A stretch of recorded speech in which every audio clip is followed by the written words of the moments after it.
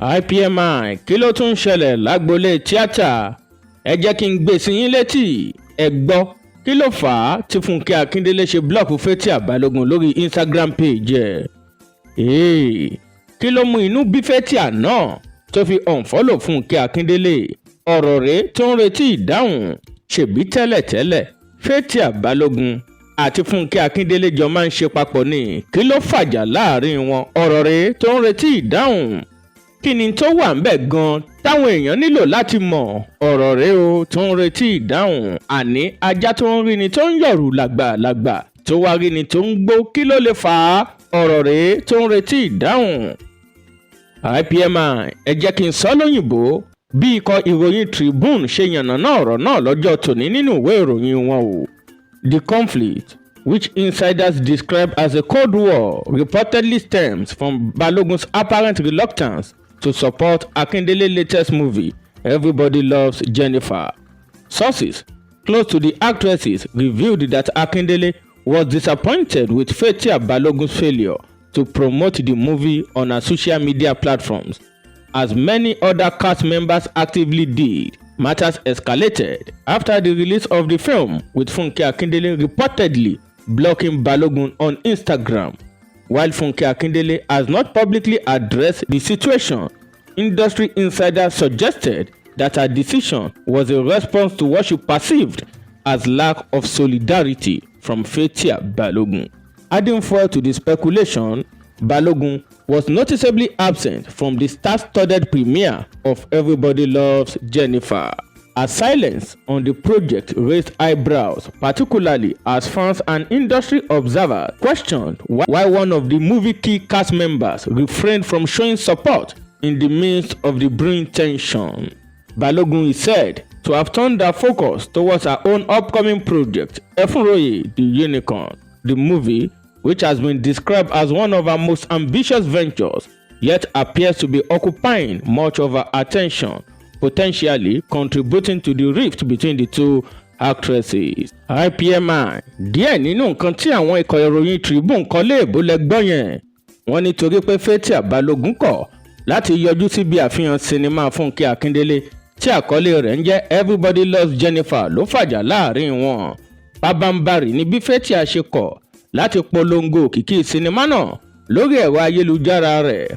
Wọ́n ní àwọn nǹkan wọ̀nyí ló múnú bí Funke Akindele tó fi blọ́ọ̀kù Faithia Balogun lórí Instagram page ẹ̀. Ẹ gbọ́ ṣó lè jẹ́ bẹ́ẹ̀ lóòótọ́.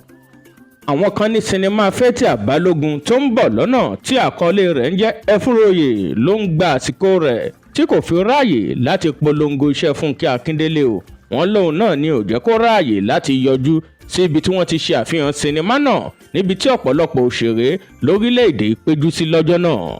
Ẹ gbọ́ ṣé lóòótọ́ ni. Ẹ jẹ́ kí n tẹ̀síwájú ní nǹkan tí ìwé ìròyìn Tribune kọ lórí ọ̀rọ̀ náà.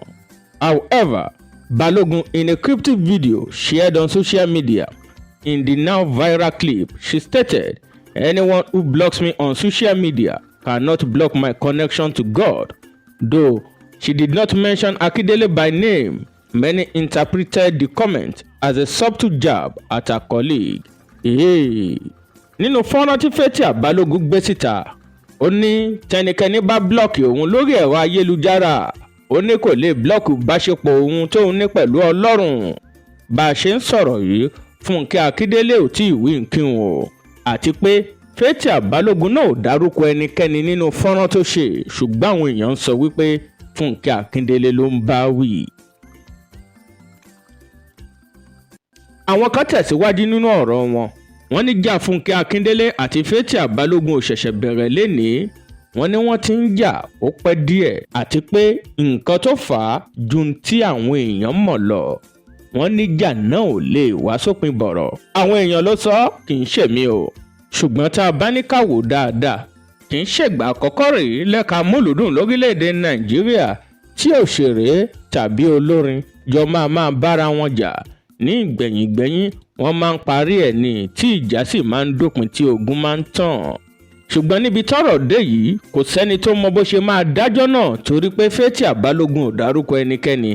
Bẹ́ẹ̀ náà ni Funke Akindele ò tí ì sọ̀rọ̀. Ṣùgbọ́n Funke Akindele kọjú mọ́ bí sinimá rẹ̀ Everybody Love Jennifer ṣe máa túbọ̀ tà sí i. Torí náà ni wọ́n ṣe ń polongo iṣẹ́ náà lórí ẹ̀rọ ayélujára káàkiri àgbáyé lórílẹ̀‐èdè Nàìjíríà.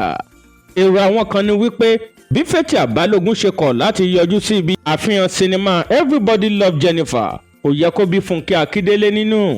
Wọ́n ní torí pé tíná bá jóni tó sì jọmọ ẹni tọmọ ẹni là ń kọ́kọ́ mú gbọ́ o. Wọ́n níṣẹ́ Funke Akindele ò lè ka Faithia Balogun bí iṣẹ́ ara rẹ̀, so wọ́n níṣẹ́ ara rẹ̀ gangan ló yẹ kó kọ́kọ́ mú gbọ́. Èrò àwọn kan nìyẹn. Ẹ wò ó kí lè ròyìn lórí ọ̀rọ̀ tó ń lọ lọ́wọ́lọ́wọ́ láàrin Faithia Balogun àti Funke Akindele. Ẹ drop comment yín sí comment box wa bó ṣe ń lọ láwùjọ òṣèré fún tèní lẹ́gbọ́ yìí lórí kan ní IPTV YouTube channel promoting our cultural heritage. Ẹ má gbàgbé láti like fídíò wa kẹ́ẹ̀dẹ̀ subscribe sí channel wa. tó bá block mi ní ayé ṣé o block mi lọ́rùn ni àbí tó bá block mi ṣé baba God tí mò ń sìn yẹn ṣé o block mi ni àbí tó bá block mi baba God ṣé wọn náà baba God tí mò ń